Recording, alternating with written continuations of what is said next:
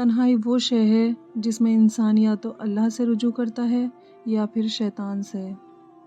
इंसान जब तक खामोश रहता है वो लोगों को अच्छा लगेगा, जब वो हक और सच की बात करेगा तो लोगों को बुरा लगने लगेगा। ताल्लुक़ को ठीक करने की कभी कोशिश मत करें, बल्कि अपने माली हालात ठीक करें, ताल्लुक़ खुद ब खुद ठीक हो जाएंगे।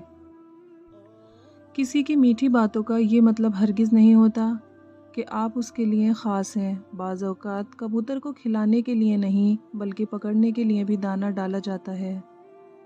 दुनिया में आपका हकीकी मकाम वही है जिसका इजहार लोग आपकी गैर मौजूदगी में करते हैं।